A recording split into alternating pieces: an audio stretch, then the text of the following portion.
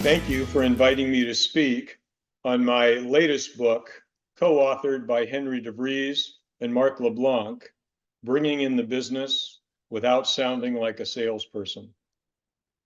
The year was 2006. Jonathan, a successful estate planning attorney in Pittsburgh, Pennsylvania, was billing $500,000 a year and collecting $250,000 a year. He wanted to increase his revenue, and he hired me to do that, but more importantly, to close the gap in his collections. Jonathan was very good at what he did, but like most attorneys, he would communicate based on his own perspective. He wanted the client to understand how his process worked and how he got paid. Sidebar: people don't care about your process. They only care about the results they want to achieve. With the Goldman enrollment process, Jonathan would shift his focus from himself to the client and what they wanted. Then all he had to do was explain how he could help make that happen. It wasn't easy at first. Years of training and experience is hard to shift. And in addition, Jonathan's methods were working. After all, $500,000 in billings isn't bad. And in Pittsburgh, Pennsylvania, you can live pretty comfortably on $250,000 a year. Finally, he tried and implemented the Goldman enrollment process.